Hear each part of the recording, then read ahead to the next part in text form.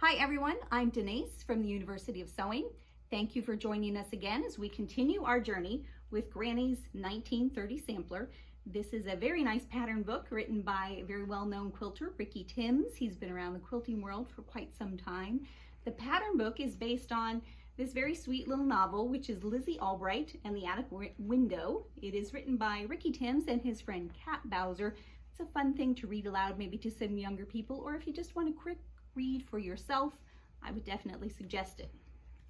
So our journey with the sampler, 42 blocks in this pattern. That's quite a bit. So it's a bit of a marathon. It's definitely not a sprint. We're working our way slowly through. If you're just joining us, we're only on block number 13. There's plenty of time to jump in. And if you're participating with us each time, I'm so glad to have you. Let's talk a little bit about what we had last week. Last week was block number 12. We did square in a square, a very traditional classic block. This particular design was pattern pieced, or paper pieced, excuse me, and that makes it pretty easy. If you're familiar with paper piecing, it's a pretty simple, straightforward block. The paper piecing gives you the nice sharp points, and really this one was kind of quick and easy, which is awesome. We love it when that happens. However, that means this week's block is a little more challenging for sure. Like many quilters, I think most of us avoid anything with curves, right? Straight lines only, 1/4 inch seams, we're good to go. You throw a curve in it and we're like, never mind, I'll choose something else. However, we're gonna work on that this week. So I wanna show you our practice block. This is the first one that I did. And if you have never done a practice block before, this is the time to start. So these blocks finish at 8 inches, which means each of these quadrants is only 4.5. That's kind of small to be doing some curves. The curves that we're doing are a gentle curve, but again, they're kind of small, so you can't put a whole lot of pins, which is what you really kind of want to do. It's sort of instinctual that you will want to throw a bunch of pins in there. There are a couple different ideas on YouTube about how to do the curved piecing. One uses some seam tape to hold things in place. One says pin everything. Another one says you don't need to pin anything. My suggestion is try all of it, see what works for you, and when you find the one that works for you, that's the one that you do. So on this one, if our camera person Kayla, who's filling in for Dave today, can get a little closer, I want to show you some of the errors that I had in this one. So if you see, these points are pretty sharp and kind of narrow, and then I've got some others where this light blue is here that are pretty fat comparatively speaking. That's a seam allowance issue, and I was able to correct that on some of the others. But here, really, it's just a matter of lining it up. And if you look at our template, which is what this is what this pattern uses, you see how the stitching lines come together. That's your goal. If you've got them kind of finishing side by side, that's where you're going to have the problem with this just being a little wider than maybe you want. Some of them came out pretty nicely, others not so much. But again, that's why we do a practice block. Here's another one. It was the same idea. This was the very first one that I did. And I promise once you do a couple, it does get a little easier. I would definitely not say that I'm an expert or ready to do a whole quilt like this, but I think it really would be beautiful. So maybe someday. So let's get on to the block that we're going to work on today. Let's move some things out of the way and give us some room. This is our block. We've got half of it here. I've got most of a 1/4 done here, and then another 1/4 here. So we're going to finish this guy, and then we can attach these two together, and then of course this half will be attached to this one. So let's make sure we have our pins handy. Part of the secrets to getting this to work is to find your centers. So we're going to fold this one in half, give it a nice little finger crease, and we're going to crease it at the top of the curve. And then this block we're also going to fold in half. And you can iron this if you want to, but I find the finger crease works pretty well. Make sure things are lined up nicely here. Another little finger crease here. And now we can, I'm hoping you can see that little bit of a crease there. All right, so here's where the tricky part comes in. We have to take this piece and attach it here. It's going to go right sides together, of course. Here's my crease line, and here's my crease line. I need a pin there. I am not much of a pinner, but with this block, I do find it helps. So for this center pin, I don't want a huge chunk out of the fabric because you really do kind of need it to pivot a little bit, to have some movement, just not to move off that center mark. Now we're going to go to the end, and we're going to line up these short sides together. And now we can go ahead and take a bigger bite with that pin to hold things in place a little better. And it looks a little weird, but I promise it'll work. One more on this end. Same thing, we're matching those short sides. And sometimes you just have to speak firmly to it. Make it behave. Convince it. Oops, see, it's wiggled on me. This one is a little more challenging because we do have the pins in place, and of course it just wants to wiggle all over. If you guys have any suggestions on how you like to do curved piecing, I would love to see them in the comments. I'm sure that I am not the only one that would benefit from reading those. Okay, so now you could put another pin in the center here if you wanted. And the first couple times you might try that. I actually found they were kind of in the way for me. So let's give it a shot. We've got our friend, the old 880 machine here today. We've gone to the quilting stitches. So the stitch that we're using is actually a 2.0. It's a little smaller than the standard straight stitch. And we're not going to worry too much about what's going on with the fabric, except for the part where we're actually doing the sewing. I'm going to use my knee lift to lower the foot. Now, before we go any farther, I want to remind you, do not sew over your pins. Don't tell me that, well, my machine can. It doesn't mind it. I promise it does. And you could potentially hurt yourself, which would really be bad. So I'm moving this up, and you can see my pin sticking out here. I'm going to lower my foot. Actually, I'm going to lift it up a little and just pull that pin back so it's just on the inside of this guide. So it's still doing the job, but it's not quite in the way. And then my goal is just to stitch up to the pin, but certainly not over it. Okay, that's pretty close to that pin, so I'm going to pull him out. And now the fun starts. Now we get to start wiggling things around. And the idea here, because we've got these curved edges, it is bias, so you don't want to play with it any more than you have to. The goal is to make it straight, but not stretch it out of shape. So you're straightening, not stretching. And we're going to stop every few inches to reposition our fabric. And that's okay. You might need to slow down the speed on your machine if you have that option. Once you do a couple of these and you get comfortable with them, then you can certainly move that speed back up and zip right along. The idea of a sampler, of course, is to try different blocks. And this sampler is a wonderful example of that. We're going to keep going. I'm going to lift my foot just because there's a little pucker there. And let that straighten out. Now I can feel underneath there's a little pucker happening too. So right in here, I just need to make sure things are straight. Nice and flat. And it's a very slow process. I'm not a fast sewer anyway. I'm gonna wiggle things around here, and I find that pulling it towards the back seems to help straighten things out pretty nicely. Lift my foot again. Notice I'm using the needle down function, which is great because it holds things in place. And it's wiggling on me again.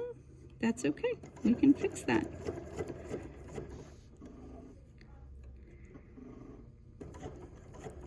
And this is where I want to use my stiletto. We're gonna keep things nice and straight this way. Now I showed you those kind of fat points that I wasn't real happy with on the practice block, this is where that happens. So I'm going to be really careful to make sure that I keep that 1/4 inch seam. I'm going to pull my pin back so that it's just inside that arm of my 57D foot, and I'm going to stitch within a couple stitches of my pin. Now my finger is holding that corner, but my stiletto is going to do a better job of that.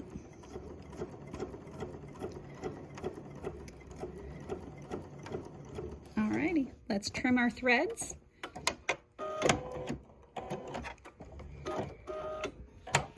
And let's see what we've got. So these are all, well, they're not all pressed the same way. They're going a couple different directions. But we're gonna finger press this guy here. And again, you've got some biased edges, so don't tug too much. We can use our little roller.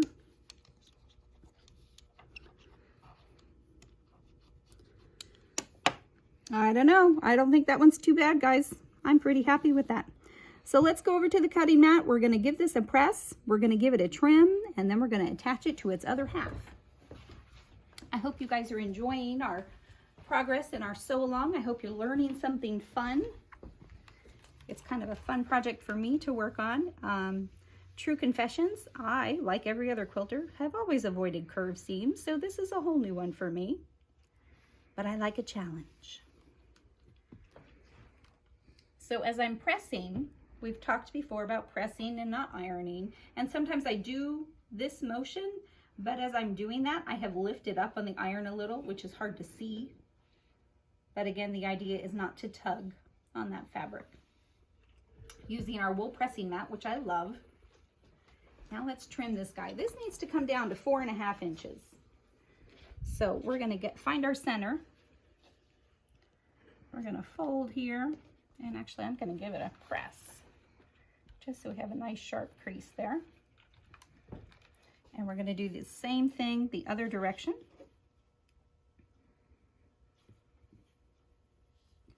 Make sure things are lined up, otherwise it's not going to work well, and we're all going to be unhappy.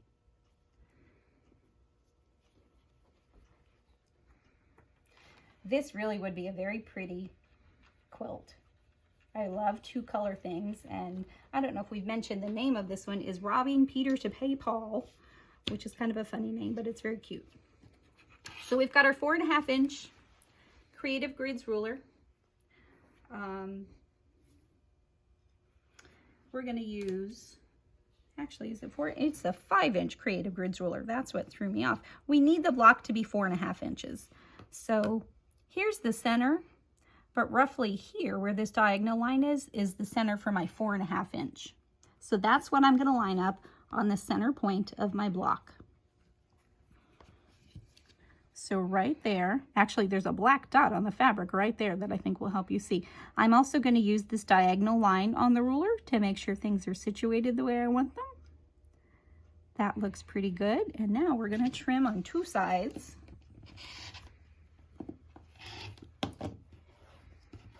Pull this away, and then we're going to turn it so that this corner is going to be over here, and we're going to do the same thing, lining up the same marks. So there's my black dot in the center of my fabric. Make sure my diagonal line is the way I like it, and then if you look, here's my 4.5 inch mark on the bottom here, and here's the other. Pretty happy with that. I think I can make that block work. A little haircut here, a little haircut there.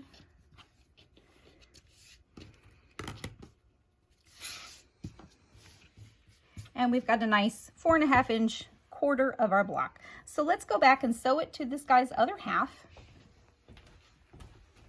And we can talk about lining those corners up, which is also a little tricky. Not quite as challenging as the curved piecing part, but it's a little tricky. So again, right sides together. That's no surprise. I'm going to bring my pins over. And if you look, we've got this triangle here and this one. We really would like those to match up. So we're going to kind of eyeball it. If you see how this one is overlapping here, And I'm going to pull it down just a hair to make sure. I'm going to peek at it again because they do want to move. See, that one wiggled on me. Let's try that. And I'm going to put a pin in here.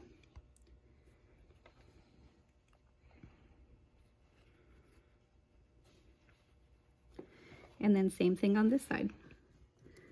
This one's a little thinner than the other one, but that's all right.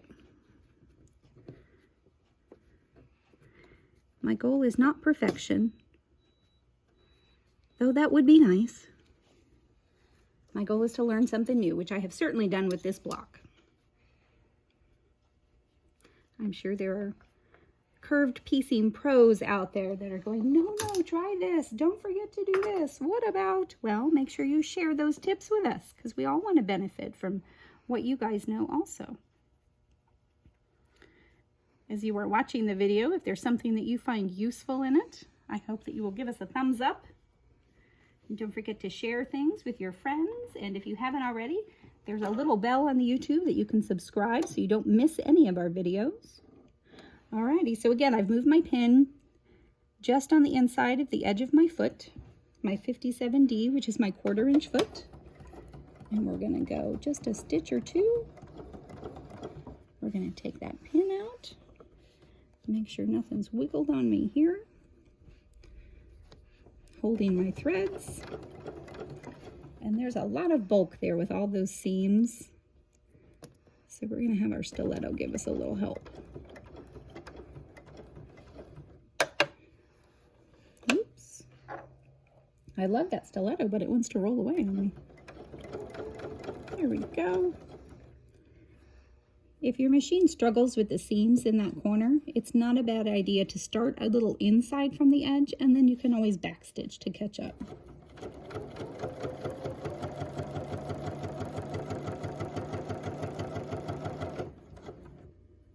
And slow down here as my pin gets close. Pull that in so it fits. And now I'm going to pull it out so there's no risk of running over that. And finish off with a flare and a flourish. That sounds like a book title, I think. A flare and a flourish. Alrighty, how'd we do? Not too bad. Our seams are off a little here, our points on our little pointy ends. But you know what? I think that's going to work. So the next step, of course, would be to attach those two together. Same idea. You should be familiar with how to finish a 4-patch block. That shouldn't be too challenging for you. Again, I hope that you have found something today that you enjoyed, that you found useful. We have all of the tools and goodies that you need to do a block like this. We've got rotary cutters, we've got blades. Make sure you have a good fresh blade in your rotary cutter. And of course, we have the lovely Aurifil thread that the quilters love. I know I do. And our book. If you haven't joined us yet and you're on the fence, don't wait anymore. Give us a call. Check out the website, universityofsewing.com, and we can make sure you have all you need so you can join in the fun. Thanks again for joining us, everyone. We'll see you next time where we do a very sweet little doggy pieced block. Thanks again, everyone. Bye now.